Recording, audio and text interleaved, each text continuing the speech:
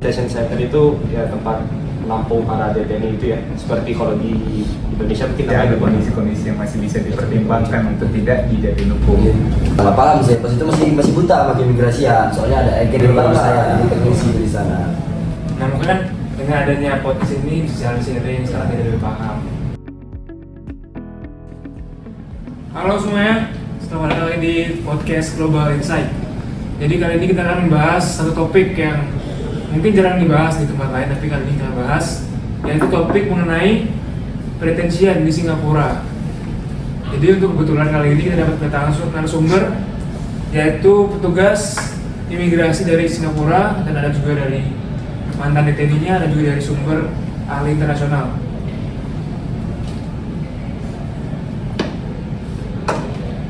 Betul banget, dan hari ini kita kedatangan 3 narasumber luar biasa. Tadi yang bilang seorang ahli hukum internasional, peneliti HAM, dan juga mantan deteni Singapura langsung. Nah mungkin yang pertama kita bisa sambut dari Samuel sebagai ahli hukum internasional yang kali ini hadir untuk bantu-bantu di sini lah jadi narasumber. Senang bisa bergabung sama semuanya. Nah sekarang ada Beno di sini sebagai peneliti HAM, benar ya Beno? Ya benar, saya ini adalah peneliti HAM dan isu imigrasi. Saya senang sekali bisa berada di sini. Dan ini topik yang sangat penting sekali menurut saya. Nah untuk yang paling tunggu ada juga mantan deteni dari rumah detensi Singapura. Terima kasih udah saya, semoga bermanfaat untuk pendengaran dia. Mungkin langsung aja kita mulai ke pembahasan pertama ya. Jadi mungkin orang bingung apa sih bedanya detensi di Indonesia atau Singapura. Mungkin di awal kita jelasin sebagai bentuk dasarnya kelembagaan. Jadi kayak gimana sih lembaga apa yang bertanggung jawab dan gimana mekanisme langsung dari detensi di Singapura. Mungkin bisa dijelasin oleh Samuel di sini. Oke, terima kasih kesempatannya. Tentu di Singapura itu sistem pendetensinya itu terutama dibawa dari ICA atau Immigration Custom Authority. Dia ini mengelola pemeriksaan imigrasi, penanganan administratif dan deportasi. Dia ini kalau misalnya seperti Indonesia, imigrasi itu dibawa ke Kemenpas, tapi kalau di Australia ICA ini dibawa Kemendagri kalau bahasa di kita di mereka itu, atau Ministry of Home Affairs, yaitu regulator utama dalam keamanan dalam negeri. Juga fasilitas penahanan mereka itu bisa disebut dengan ICA Detention Center. Ada beberapa, kalau misalnya mereka terjerat di Admiralty West Prison, kalau nggak salah West Prison, itu kalau mereka udah masuk ke situ, berarti mereka kayak kita bilang kayak Nusa Kambangan, berarti mereka udah terkena pelanggaran berat. Dan juga ada Police Coast Guard Holding Rooms, itu jatuhnya kayak ruang deteni lah. Mereka itu modelnya sangat terpusat dan efisien. Jadi level koordinasinya tinggi dan minim birokrasi. Benar, karena inilah yang membedakan Singapura sama negara lain. Makanya dibilang Singapura adalah negara maju. Bahkan kita bisa lihat dari pendetensiannya aja mereka sangat terkoordinasi. Ya betul, itu seperti yang Bapak Samuel sampaikan ya, bahwa di Singapura itu punya pendekatan zero tolerance terhadap pelanggaran imigrasi. Jadi bahkan di negara Singapura itu overstay 1 hari aja itu langsung bisa ditahan. Oh jadi kalau dari sisi kelembagaannya kayak gitu ya? Betul. Mungkin kalau Indonesia nih, kita kan punya Undang-Undang Nomor 6 Tahun 2011 yang mengatur tentang imigrasi dan secara dasar. Kalau di Singapura kayak gimana ya hukumnya? Kalau di Singapura, dasar hukum utama mereka itu ada di Immigration Act Chapter 193.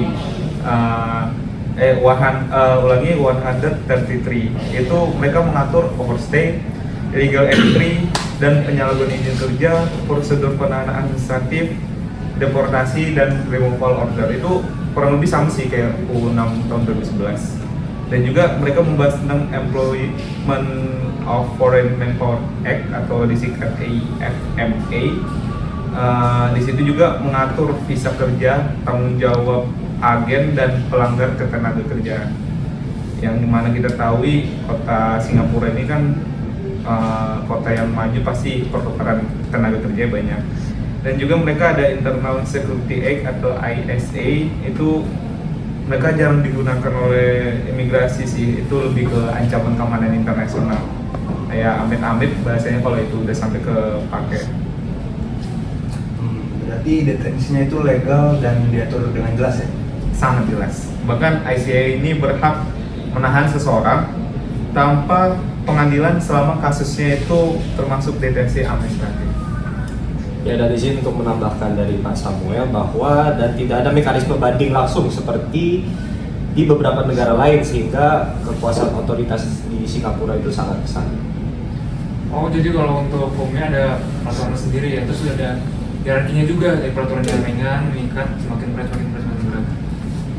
Terus untuk kasus yang paling sering atau kelompok yang rentan lah dijerat atau tertangkap oleh petugas imigrasi dan akhirnya ditahan di rumah detensi, itu kasus apa sih biasanya? Baik, jadi terutama di bagian pekerja migran ya, terutama ada banyak juga sebenarnya dari Indonesia, dari Bangladesh, India, Myanmar, dan lain-lain, tapi yang paling banyak itu dari 4 itu sebenarnya, Indonesia, Bangladesh, India, dan Myanmar. Tapi yang paling sering itu sebenarnya adalah overstay, lalu ada pelanggaran izin kerja, dan bahkan salah administrasi oleh agen aja itu sering kejadian sebenarnya. Jadi bahkan kalau kesalahan dari agen, pekerjanya juga bisa kena? Iya, betul. Jadi sistem di Singapura itu menempatkan pekerja sebagai pihak yang bertanggung jawab penuh. Seperti itu. Oh, jadi gitu. Mungkin secara singkat kayak gitu ya, gambaran rumah detensi di Singapura. Betul. Mungkin kita bisa langsung dengar cerita langsung nih dari mantan detainee yang pernah tinggal di rumah detensi Singapura. Sekarang bagian paling banyak ditunggu pendengar mungkin nih dari Andi. Gimana sih awal mulanya kok bisa sampai ketahan di rumah detensi Singapura tuh? Apa sih yang jadi masalah? Ya dulu pertama saya kan bekerja sebagai teknisi ya dulu. Ternyata izin tinggal saya nggak diperpanjang nih sama agen saya. Terus saat random check di MRT, saya dianggap overstay nih. Terus saya langsung tuh dibawa ke ICA. Secepat itu? Iya, secepat itu. Terus langsung ditahan di ruang sementara. Terus kalau di sana tuh gimana sih kondisi detensinya tuh? Apakah kondisinya buruk, makanannya nggak jelas? Ya sebenarnya di sana itu tempatnya ya bersih, semuanya ketat, semuanya aktivitas diatur sama mereka. Nggak ada alat komunikasi untuk keluar, hubungan keluarga tuh nggak ada saya biasanya. Pemeriksaan kesehatan tuh wajib, interogasi identitas sampai 3 kali. Saya ditahan 7 hari sampai administrasinya selesai di sana itu. Ya, dan memang pengalaman seperti yang pengalaman dari Bapak Andi ini memang sangat umum terjadi di Singapura, memang seperti itu. Untuk mungkin dari Pak Samuel, biasanya kalau di Singapura itu berapa lama sih seorang bisa ditahan? Apakah ada parameter tertentu yang bisa bikin ditahan 8 jam atau 24 jam, 1 hari, 2 hari, sampai 3 hari, atau sampai bahkan bertahun-tahun? Oke, untuk kasus imigrasi sendiri, mereka itu penahanannya kurang lebih dari 48 jam, 2 hari, sampai 30 hari, tergantung dari pelanggaran mereka apa. Jadi pertama itu verifikasi identitas, proses deportasi, konfirmasi negara asal, dan ketersediaan tiket pemulangan. Apabila dari 4 tahap itu mereka terhalang, ya makin lama juga mereka ditahannya. Dan untuk kasus berat kayak kriminal itu bisa lebih lama dan kayak masuk sistem pengadilan. Syukurnya Mas Andi ini tidak masuk sistem yang lebih berat, makanya jadi kayak sebentar aja. Jadi administratif itu bisa tanpa sidang? Benar. Ini hal yang tidak disukai lah oleh NGO, non-government official. Baik, jadi saya ingin menambahkan sebelumnya di sini prosedur umumnya itu seperti ini. Jadi penangkapan itu dilakukan oleh ICA atau kepolisian Singapura. Lalu ada screening identitas dan biometrik. Lalu ada pemeriksaan kesehatan seperti yang sudah dilakukan. Lalu ada penempatan di detention center. Ya, detention center itu ya tempat menampung para detainee itu ya. Seperti kalau di Indonesia mungkin namanya RUDD. Lalu ada klarifikasi kasus dan penentuan tindakan. Nah, itu mungkin seperti proses BAP ya, kalau di kantor imigrasi yang biasa dilakukan di Indonesia. Lalu setelah itu baru dijatuhi deportasi ataupun denda. Dalam kasus saya itu yang lama itu verifikasi dokumen yang berbeda antara agen dan ICA saya. Oh, berarti tapi secara umum mirip-mirip lah ya kayak di Indonesia ya. Ada prosedurnya, ditangkap dulu oleh kalau di Singapura ICA atau polisi, kemudian di screening lagi identitas biometriknya, terus dicek lagi kesehatannya. Habis itu baru ditempatin ke detention centernya. Kemudian kalau udah di detention center, baru diklarifikasi kasusnya apa, baru ditentuin lagi penentuannya apa. Terus kalau Mas Budi nih kan sebagai mantan DTNI, kalau bisa dibilang berarti lebih enak di Singapura ya daripada di Indonesia. Ya, gitu. Terus kalau sekarang mungkin lebih bagian pentingnya ya, bagaimana sih perbandingan detensi di Singapura sama di Indonesia? Kalau untuk di Singapura itu ya, semuanya cepat dan tegas, nggak ada banyak penjelasan. Di Indonesia diproses lebih banyak dialog dan lebih manusiawi menurut saya. Terus mungkin dari Mas Amal bisa menambahkan? Kalau kita bahas saja dari sisi hukumnya, kalau dari sisi hukumnya Singapura itu dia sangat terpusat, kemana-mana itu kembali ke ICA dan prosesnya cepat, dan si administratifnya juga tanpa pengadilan dan penegakannya juga tinggi, jadi nggak ada neko-neko. Kalau di Indonesia mereka tuh di bawah Direktorat Jenderal Imigrasi dan mengacunya itu pada cuma satu peraturan, yaitu Undang-Undang Keimigrasian tahun 6 nomor 6 tahun 2011, dan juga mereka ada mekanisme keberatan administrasi. Jadi ini lebih ke manusiawi lah, kalau memang kayak nggak semuanya salah gitu, masih bisa dipertimbangkan, dan juga prosesnya lebih panjang karena itu tadi menyangkut humanis. Ya, ya saya tadi ada ingin menambahkan juga. Jadi dari sisi HAM itu, kalau di Singapura efisiensinya tinggi, tapi minim akses banding, terutama di fasilitas detensinya ketat, terus ada fokus pada keamanan dan keteraturan. Kalau di Indonesia itu lebih baik pertimbangan HAM, lalu ada penahanan bisa disertai pendampingan, tapi ada upaya pembinaan bukan sekedar penahanan.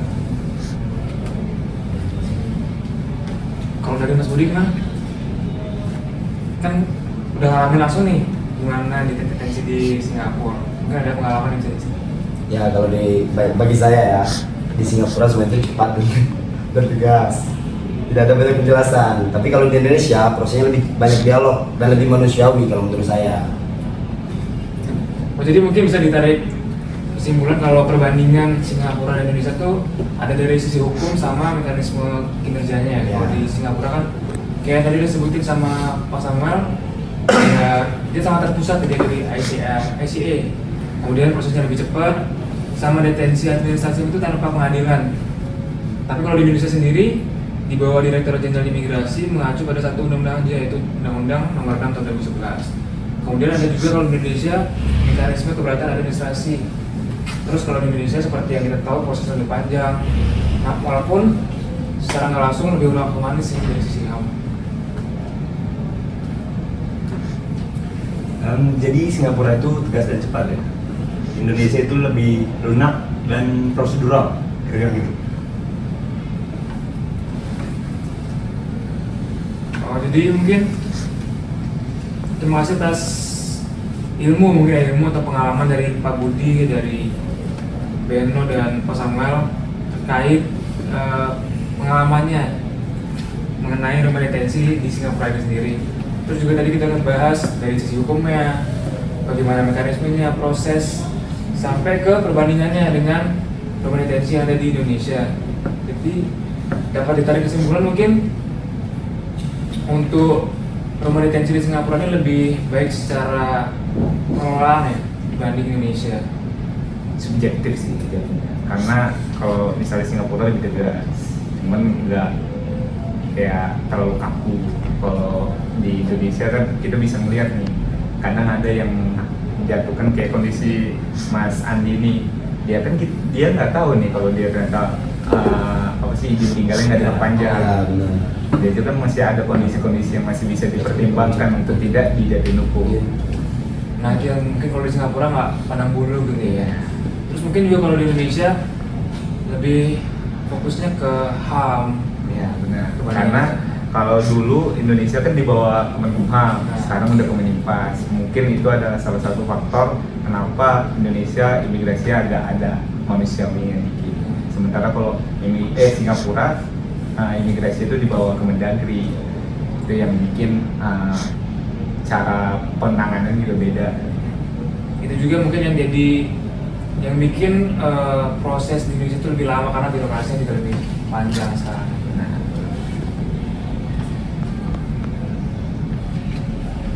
Nah, mungkin ada tambahan lagi? Ada lagi yang mau ditanya dari host dari kita ini? Mungkin dari saya lebih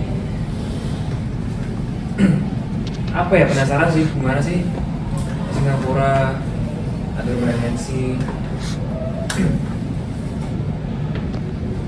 Ya kurang lebih kayak yang dibilang tadi sih, udah banyak banget kita bahas tadi. Dari sisi hukumnya udah sama, semua udah kita bahas. Gak ada yang lebih wow lagi sih. Dari Singapura juga imigrasinya terpusat, jadi kita nggak bisa yang ngomong semata kayak imigrasi Singapura itu nggak tegas atau apa tuh terstruktur semua. Sementara kalau imigrasinya Indonesia baru kita bisa dia mungkin muncul secara, Indonesia kan negara berkembang, masih butuh tahap-tahap yang belum matang dari bagian lembaga-lembaganya. Contohnya di imigrasi, jadi mereka mungkin mencontohkan negara-negara maju bagian penanganannya yang akan dicontohkan lagi ke depannya. Jadi kemungkinan kelihatan imigrasi Indonesia itu kayak nggak ada identitasnya karena masih mencontoh dari negara lain melihat statusnya. Kalau dari Mas Budi berarti waktu itu nggak sendiri kan dari sana ya? Ya sendiri saya pas itu. Pantas nggak tahu ya izin tinggalnya. Ya nggak paham saya pas itu masih buta sama keimigrasian. Soalnya ada agen yang ngurus saya. Berarti baru pertama kali kerja Yang di pertama luar? jadi teknisi di sana. Nah mungkin kan dengan adanya podcast ini bisa sharing secara tidak lebih paham. Jadi kalau misalnya Mas Budi mau kerja lagi ke Singapura setelah ini bisa paham. Jadi nggak terulang lagi kesalahannya Ya kemarin. nggak harus ke Singapura juga sih saya. Jadi Setengahnya nggak mulai kesalahan yang sama. Ya nggak terlalu percaya sama agen kan agent tadi. nah mungkin cukup ya untuk membahas kita kali ini tentang global detensi Singapura. Saya sebagai host dan Daniel mengucapkan banyak terima kasih nih kepada semua narasumber dari Mas Samuel sebagai ahli hukum, dari rekan Reno di sini sebagai ahli HAM yang mungkin jadi sudut pandang lain lah dalam melihat imigrasi. Jadi imigrasi bisa nggak cuma ke Indonesia atau ke Singapura-nya aja, jadi lihat ada kemanusiaannya, ada gimana sih perlakuan dari DTMI di Singapura ataupun di Indonesia. Betul. Terus ada juga dari pengalaman Mas Budi sebagai teknisi yang kerja di Singapura, ada pengalaman kerja di sana, gimana sih perlakuan imigrasi di sana, proses-proses imigrasi, sampai ada juga kelalaian mungkin bisa dibilang dari Mas Budi sampai bisa overstay di Singapura, dan ditahan di rumah detensi Singapura.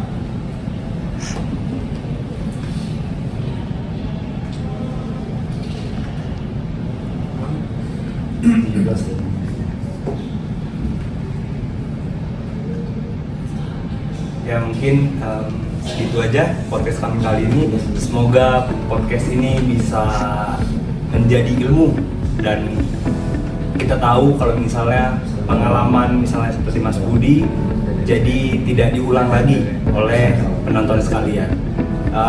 Saya ucapkan terima kasih, kami pamit undur diri, sampai jumpa di lain episode.